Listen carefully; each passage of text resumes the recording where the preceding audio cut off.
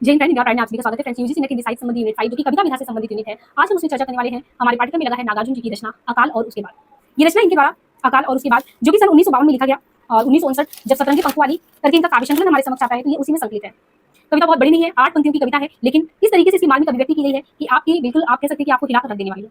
1952 का दौर अगर आप ध्यान दें कि हमें आजादी मिल चुकी है और आजादी के बाद क्या ऐसी स्थिति हो सकती है कि अकाल जैसी भयावह स्थिति उत्पन्न हो और अकाल के पश्चात अकाल समाप्त होने के बाद जो खुशी की लहर दौड़े उसका सजीव चित्रण इन्होंने किया है।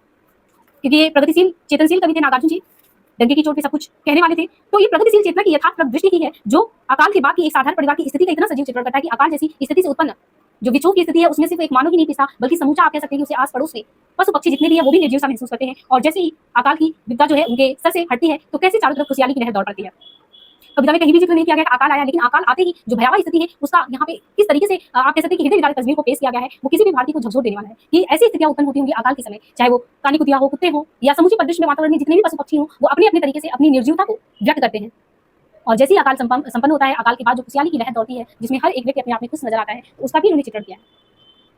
तो कविता का वाचन करते हैं, आपको पूरी कविता बहुत अच्छे से समझ में आएगी, कोई कठिनाई नहीं होगा ऐसा हम विश्वास करते हैं। अकाल और उसके बाद कविता जो कि नागार्जुन द्वारा रचित अत्यंत ही मार्मिक एवं हृदयग्राही कविता लगता है और यथार्थ भावभूमि से जुड़ा हुआ कविता सन 1952 में जो ये 8 पंक्तियों की कविता हमारे समक्ष उद्धृत करते हैं, ये अपने आप में बहुत सारी भावनाओं को समेटे हैं। पूरी कविता में आप देखते हैं कि उस अकाल की स्थिति में सिर्फ मानव ही नहीं बल्कि वहां के वातावरण में पशु पक्षी सभी जितने भी प्राणी हैं निरीह आंखों से इंतजार में हैं कि कब अकाल की जो एक विपदा है वो छटे और उनके चेहरे पे खुशहाली आए। तो प्रस्तुत की आगे की जो 4 पंक्तियां हैं जिनमें वो कहते हैं कि कई दिनों तक चूल्हा रहा, चक्की रही उदास, कई दिनों तक कानी कुतिया सोई उनके पास, कई दिनों से लगी भीड़ पर छिपकलियों की गश्त, कई दिनों से चूहों की भी हालत रही शिकस्त। यदि अकाल की स्थिति का वर्णन करते हुए प्रस्तुत पद्यांश में प्रगतिवादी चेतना के वाहक जनवादी कवि नागार्जुन जी कहते हैं कि अकाल से पीड़ित त्रस्त जो जनता है उसके घर का दृश्य वो दिखाते हैं कि सिर्फ उस दृश्य में सिर्फ मनुष्य ही नहीं पिस रहा है। उस चक्की को देख के वहां के जो पशु पक्षी हैं वो भी, उनकी भी दशा कितनी दयनीय है। अकाल के भयंकर कारुणिक दृश्य का चित्रण करते हुए कवि कहते हैं कि अकाल जब पड़ता है ना तो संपूर्ण घर का वातावरण त्रासदी से गुजरता हुआ संतप्त और भूखमरी से आहत होता है और घर में अनाज ना रहने के कारण चूल्हा नहीं जलता, बुझा हुआ चूल्हा मानो ऐसा प्रतीत हो रहा है कि वो रो रहा हो। अनाज ना रहने के कारण चक्की भी उदास है क्योंकि उसमें कई दिनों से अनाज पीसा ही नहीं गया। कहने का ये मतलब है कि उस अकाल में क्या चीज नष्ट नहीं हुआ, सब कुछ नष्ट हो गया। घर में खाने के लिए कुछ भी शेष नहीं रह गया तो चूल्हा भला कैसे जल सकता है। चूल्हा और चक्की जैसी मूलभूत वस्तुएं आज घर में उपेक्षित सी पड़ी है।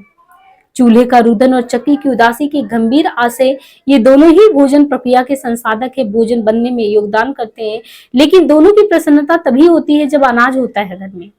अकाल के कारण घर में अनाज नहीं, चूल्हे के रोने व चक्की के उदास होने में अर्थ है कि उन्हें उनका कार्य नहीं मिल पा रहा है। कभी का यह स्पष्ट संदेश प्रतिध्वनित हो रहा है कि सब यहाँ भूखे पड़े हैं और इस अभावग्रस्त घर में कानी कुतिया एक अन्य उपेक्षित प्राणी इन उपेक्षित वस्तुओं के साथ पड़ी है। घर की छिपकलियां दीवारों पर चक्कर काट रही हैं, उन्हें कुछ भी खाने को नहीं मिल रहा है।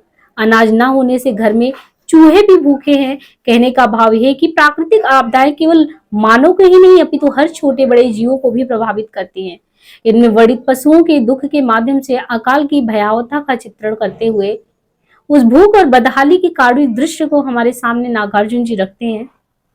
यानी अकालग्रस्त घर की जो अन्न विहीन अवस्था है उसका कारुणिक दृश्य यहाँ पे प्रस्तुत किया गया है, जिनमें जीव जंतु, निर्जीव वस्तु, चूल्हा, चक्की सब पिस रहे हैं। तो बहुत ही सूक्ष्म मार्मिक भावनाओं की अभिव्यक्ति सजीव चित्रांकन के साथ यहाँ पे किया गया है। अब आगे कहते हैं कि दाने आए घर के अंदर कई दिनों के बाद, धुआं उठा आंगन में ऊपर कई दिनों के बाद, चमक उठी घर की या घर भर की आंखें कई दिनों के बाद, कौवे ने खुजलाई पाके कई दिनों के बाद। यानी जैसे ही वो अकाल के दृश्य के बारे में कहते हैं कि जैसे वो भयावह स्थिति गुजरता है चारों तरफ उजाला आ जाता है। यानी कवि ने अकाल के समय की स्थिति का चित्रण करने के बाद जब अकाल के बाद संभलती परिस्थितियों का भावुक चित्रण किया है तो उसमें बताया कि अकाल के कई दिनों के बाद घर में अनाज आया है और इसकी खुशी में घर के प्रत्येक प्राणी में नई स्फूर्ति और चेतना आ गया है। भयंकर अकाल के उपरांत जब एक अकाल पीड़ित परिवार के घर में अनाज आता है, तब घर में खुशी का वातावरण छा जाता है और हलचल शुरू हो जाती है। ऐसा लगता है कि मानो मृत इंसान वापस जिंदा हो गया है। घर में कई दिनों के बाद चूल्हा जला, जिसके कारण आंगन में ऊपर धुआं उठता नजर आ रहा है।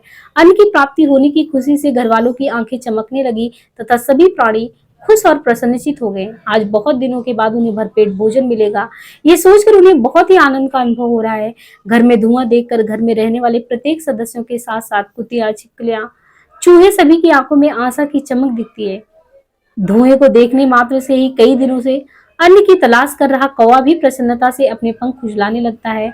घर में अन्न का ना होना और होना किस तरह घर के वातावरण को बदल देता है, यही इस कविता का कथ्य है।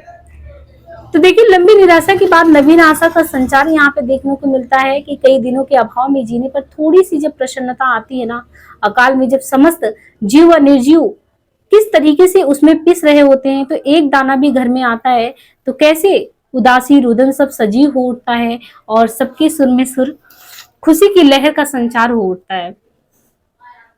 तो 8 पंक्तियों की कविता है, लेकिन बहुत ही गहरे निहितार्थों के साथ ये कविता हमने आपके सामने प्रस्तुत किया। उम्मीद है कि ये कविता समझ में आया होगा। बाकी हम जल्दी ही नेक्स्ट कविता के साथ मिलते हैं। चैनल पे पहली बार आए हो सब्सक्राइब कीजिएगा और डिस्क्रिप्शन में लिंक दे दिया जाएगा टेलीग्राम का, वहां से जुड़ जाए बराबर अपडेट के लिए। आज के लिए इतना ही, धन्यवाद।